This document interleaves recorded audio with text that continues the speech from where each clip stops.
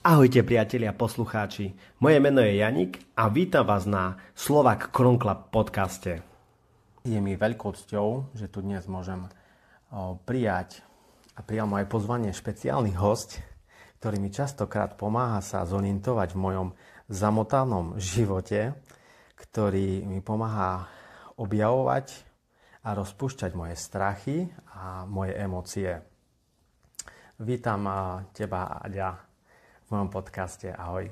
Ahoj, ďakujem pekne. Ďakujem za to, že si vybral mňa, že cítiš, že som zaujímavá aj pre druhých.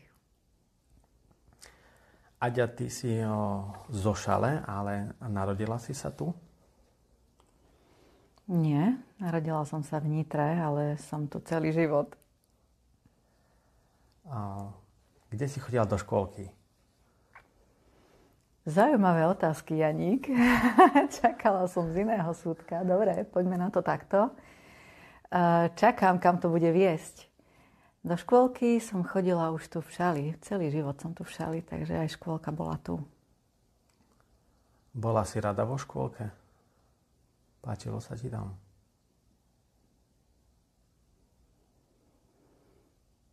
Dávno som sa nevrátila do toho obdobia. Aha. A teraz sa mi vynára, že na jednej strane sa mi páčilo byť s deťmi, ale na druhej strane som nemala celkom odvahu tam byť s nimi a sama na všetko. Dobrá otázka.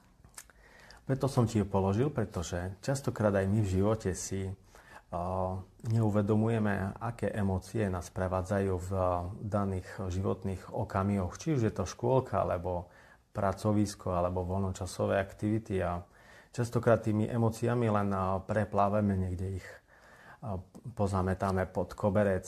Ale emócie sú to, čo nás spojili a prečo aj s tebou robím tento rozhovor a prečo som v podstate ani neviem, ako k tebe prišiel, lebo sa niečomu venuješ, čo pomáha nám sa zorientovať v emóciách a taktiež tým pádom aj v našich životoch osobných, pracovných, zaľúbených, kamarátskych. Čomu sa venuješ? V práci či v súkromí? V práci. A v podstate aj v súkromí, lebo tvoja profesia sa prelína tak do všetkých sfér. A to je pravda. Moja práca je mojou vášňou, pretože som sa tak rozhodla, že ja to neberiem ako prácu, ale beriem to ako hru s možnosťami tela, mysle a duše toho druhého, ale aj s možnosťami vlastnými popri tom. Moja práca je úžasná v tom, že keď pomáham druhým, tak pomáham tým veľmi aj sebe. A je to obrovská výzva. A ja práve tie výzvy milujem, preto hovorím, že je to vášeň. Pretože keď pozorujem, ako druhý človek vie rozuzliť svoje motanice a vie to urobiť v podstate sám, iba na základe mojich otázok a podnetov, tak to je neuveriteľne fascinujúce.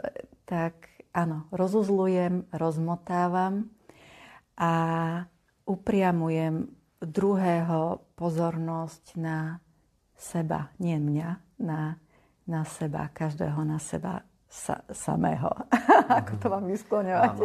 Čiže v podstate pomáhaš ľuďom, ktorí sem prídu, zorientovať sa v ich emóciách a dopomáhaš, aby si svoju cestu zefektívnili, aby sa v tom živote, v ktorom sa možno stratili, opäť našli a tie emócie sa si usporiadali, prípadne sa pozreli na to zo svojej vnútornej perspektívy.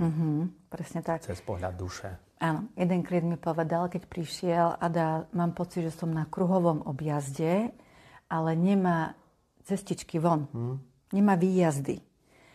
A my hľadáme výjazdy a hľadáme, keď už sú, tak ten správny. Tak toto robím ja. No ale aby poslucháči si nemysleli, že všetko za nich sa stane v kresle oproti Adi, tak musíme ich dať na právnu mieru a len od toho, aby sa po tej ceste tomu človeku išlo ľahšie. Ale všetko si musí človek urobiť sám. No áno. Možno spoločne nájdeme tú cestu, keď ju človek nevidí, hoci je tam, ale ju nevidí, tak sa spoločne na to pozrieme a akoby tá cesta sa tak ukáže a spolu vyštartujeme. Že človek dostane návody a pomôcky tu v kresle, ako teda po tej ceste ísť, ako sa obzerať a ako ju uchopiť, aby cítil svoju silu. Ale človek už musí ísť a vykročiť sám a skúšať svoju silu. Spomenula si, že takéto sedenie je pre teba stále veľká výzva. Určite ti to dáva pozitíva, ale aj negatíva. Môžeš nám niečo o tom prezradiť? Môžeme začať pozitívami. Aj som chcela. Každý jeden príbeh ma nesmierne posúva. Buď si počas tej práce s človekom uvedomím, kde už som ja, čo všetko mám vyriešené, ale častokrát si uvedomím, čo nemám vyriešené. Keď počas terapie niečo vo mne začne rezonovať, že to mňa začne bolieť, moje telo a moju dušu, tak viem, že ma tu čaká práca. A ani by som to nebrala, že to je negatívne, je to pre mňa výzva s tým niečo spraviť. A nesmierne ma jednotlivé príbehy posúvajú vpred. Teda tým, že si buď uvedomím, že toto už mám za sebou a som na seba pyšná, že už som niekde inde, alebo si uvedomím, že aha, tu sa vo mne niečo rozrezonovalo a pravdepodobne túto tému ešte nemám spracovanú. A teda ja osobne do nej rozhodne idem a nepustím sa jej, kým sa mi neulaví a kým to tam nevyčistím. Výborné. A čo sú tie negatíva, ktoré prinášajú takéto sedenia alebo práca s pacientom? Pacient alebo ako to možno? Klient, to znie lepšie. Zaťažuje ťa takáto práca s klientovými emóciami? Alebo ako pristupuješ k tomu, aby ťa to nezaťažilo po náročnom dni, týždni? To je presne tá chvíľa, keď musí terapeut rozmýšľať nad psychohygienou. Áno, je to veľmi náročná práca, podľa mňa. A ja som sa roky učila, ako si emócie klienta nepripúšťať a netrpieť. Netrpieť s ním a nenosiť si tie príbehy domov, lebo som mala na začiatku tendencie nad tým ešte rozmýšľať dlho a nespať kvôli tomu a bolo to na úkor môjho života aj zdravia, takže s tým som sa naozaj musela pasovať, aby som v tomto momente, keď som s človekom urobila maximum, ale neniesla si to domov, pretože som si musela uvedomovať dlho, že tá cesta je vaša, nie moja. Ja som iba na chvíľku pomocníkom. A psychohygiena terapeuta je nesmierne dôležitá. To, keď prestane pracovať a ide domov do svojho života, ako to celé uchopí, ako sám sebe pomáha, ako sa lieči, ako sa vyživuje a ako s tým narába. Tak neviem, či je to negatívum. Možno zo začiatku to bolo negatívum, že ma to veľmi vyčerpávalo, pretože som ešte nepoznala mechanizmy, nikto nás neučil, ako seba vyživiť, aby sme tú prácu mohli robiť, pretože práca so súcitom je krásna, ale veľmi náročná. Je to tak, ako popisuješ, aj ja mám osobnú skúsenosť vedieť sa odosobniť od ostatných, lebo častokrát sme v tej spoločnosti alebo rodine v nejakých zväzkoch poprepájaní a vedieť sa odosobniť od istých návykov, vzorcov správania je veľmi náročné. rozprávam z vlastnej skúsenosti, že keď som tu v tvojom kresle, všetko sa zdá byť veľmi jednoduché a v podstate tie riešenia sú povedané na hlas. Ale v momente, keď sa človek vráti domov, vie, že ak sa jeho život má zlepšiť podľa toho, čo sa stalo v horúcom kresle na terapii, musí sa o to pričiniť. A každý deň tie vzorce správania pretransformovať je obrovsky náročné, ale môžem potvrdiť, je to oslobodujúce a uvoľňujúce. A hlavne to prináša potešenie. Mm-hmm. Svoju prácu si Aďa začala dokumentovať.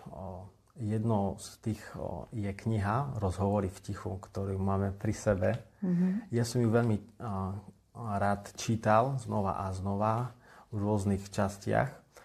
Povedz nám niečo o tejto publikácii. Mm-hmm. Kniha prišla tak z nenazdajky. To mám chuť povedať ako prvé, ale ako druhé hovorím, že ju písal život už dávno. Lebo kniha je iba zdokumentovaním toho, čo sme skutočne žili v mojej rodine a s mojimi deťmi. A mám 2 deti. Prvý syn ma učil byť mamou, láskavou, trpezlivou mamou a držal si svoju silu obdivuhodne, svoje hranice a svoj priestor, čomu som ja v tej dobe ešte nerozumela a urobila som veľmi veľa chýb vo výchove, ale som si to odpustila. Ale on vlastne vydláždil cestu pre Hanku. A s Hankou som už dokázala byť takou mamou, akú ona potrebuje. A prišla som na to, že všetky výchovné vzorce a všetko, čo čítame o výchove, musíme zahodiť, keď sa nám narodí dieťa. A jediné, čo je najdôležitejšie, sa na to dieťa naladiť a ho vnímať a počúvať a pozerať sa na neho srdcom a nie našimi nejakými presvedčeniami a víziami o materstve. Ale nebyť Vikyho, toho syna, tak by som toto nedokázala Hanke dopriať takú mamu, akú má.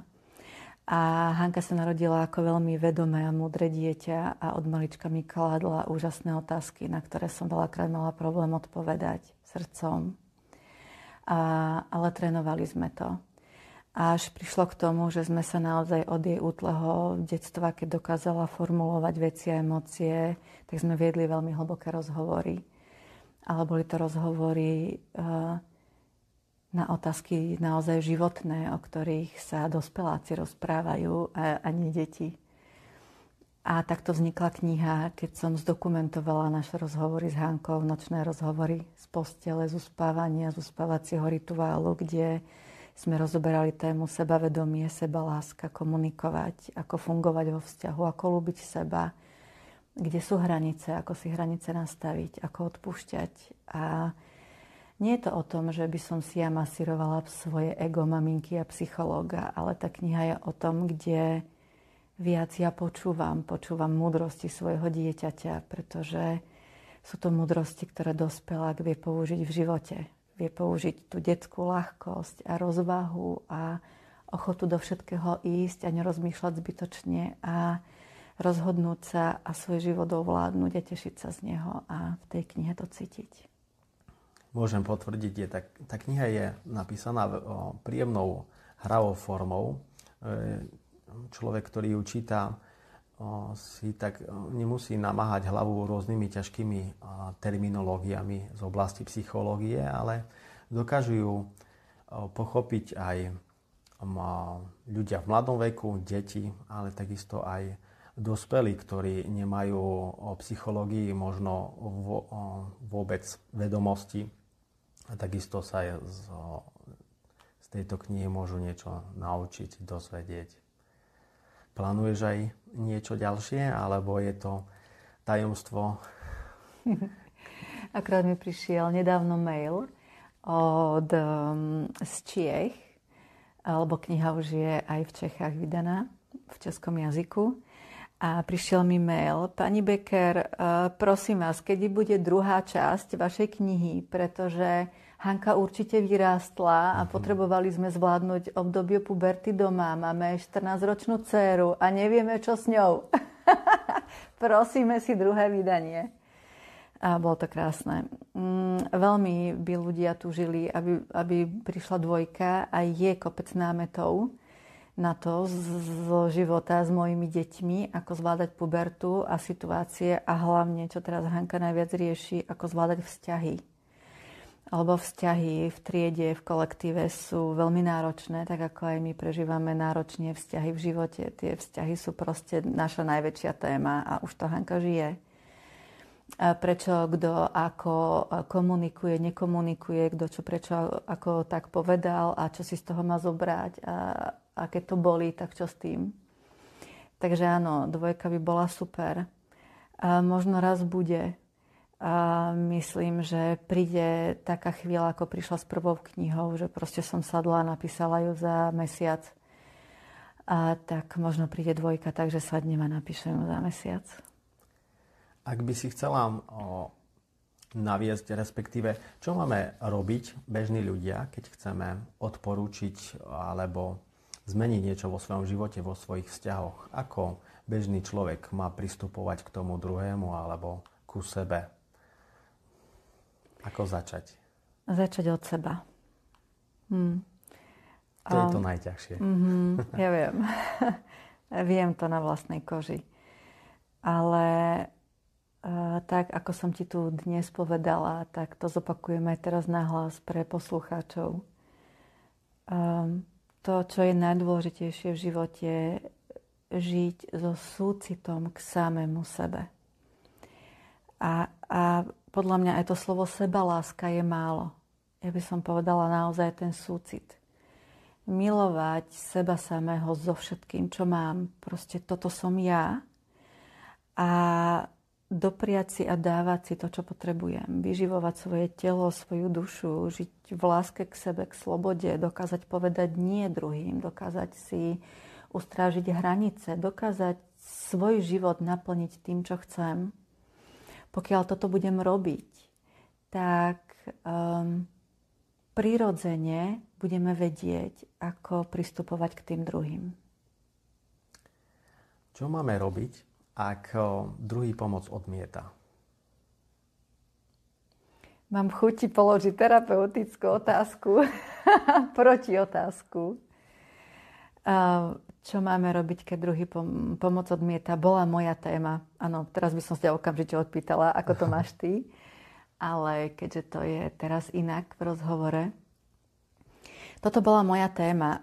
Ja som sa s ňou bortila. Je veľmi ťažké prizerať sa na druhého cestu, keď vidíš, kam to speje do záhuby a teraz pomôcť alebo nepomôcť. Z vlastnej skúsenosti už okamžite viem povedať, ako to má byť, ale to naozaj vlastná skúsenosť. Môže sa stať, že keď druhému na silu skočíme do cesty a ideme mu tú cestu zvrátiť, tak mu môžeme uškodiť. To, čo je najdôležitejšie, je rešpektovať cestu druhého, pretože druhý, keď tam aj skočíme na silu, s tým, že aha, ja viem, ako máš ísť, ako máš reagovať a ako máš žiť, tak poď, idem ti to ukázať. Nemusí byť ten človek na to pripravený. A pokiaľ ho nútime, to je ako keby má človek na svojej ceste vyvrtnutý kotník a my vidíme víziu niečoho iného a nutíme toho človeka tou cestou ísť, tak on tým kotníkom mu môžeme iba uškodiť a môžeme mu zničiť celú nohu, keď on na to nie je pripravený. To, čo môžeme urobiť, je opýtať sa, potrebuješ moju pomoc? Chceš počuť môj názor? Ja to vidím inak. Chceš si to vypočuť? A môžeme mu ponúknuť, ako to vidíme my, ako by sme to urobili my na jeho ceste, ale druhý krok je nechať to na tom druhom a vôbec netlačiť. A hoci pôjde cestou, aká sa nám nepáči, môžeme sa len prizerať a nemôžeme urobiť nič. Pretože je to jeho cesta. Je to zaujímavý pohľad, lebo väčšinou ľudia vnúcujú ten svoj zámer alebo pohľad alebo okamžité riešenie tomu druhému, ale málo kedy sa pozrú na to zo svojho vnútra, tak je to určitá skúška pre každého jednotlivo. Začať od seba. Presne tak. To jediné môžeme začať od seba. A jediné, koho my môžeme zmeniť, sme iba my sami. Nikoho iného. Ani mu pomáhať na silu, ani ho nezmeniť, ani keď chce. Ten človek musí o to požiadať a musí to skutočne chcieť, tú zmenu. Vtedy počúva, vtedy vníma, čo hovoríme, vtedy sa možno aj posnaží to urobiť. Alebo mu môžeme niekoho odporúčiť, k tomu môže pomôcť. Ale na silu to nejde. Na záver by som sa ťa spýtal, čo by si chcela odporúčať našim poslucháčom, alebo aká je tvoja myšlienka tohto rozhovoru, emócia?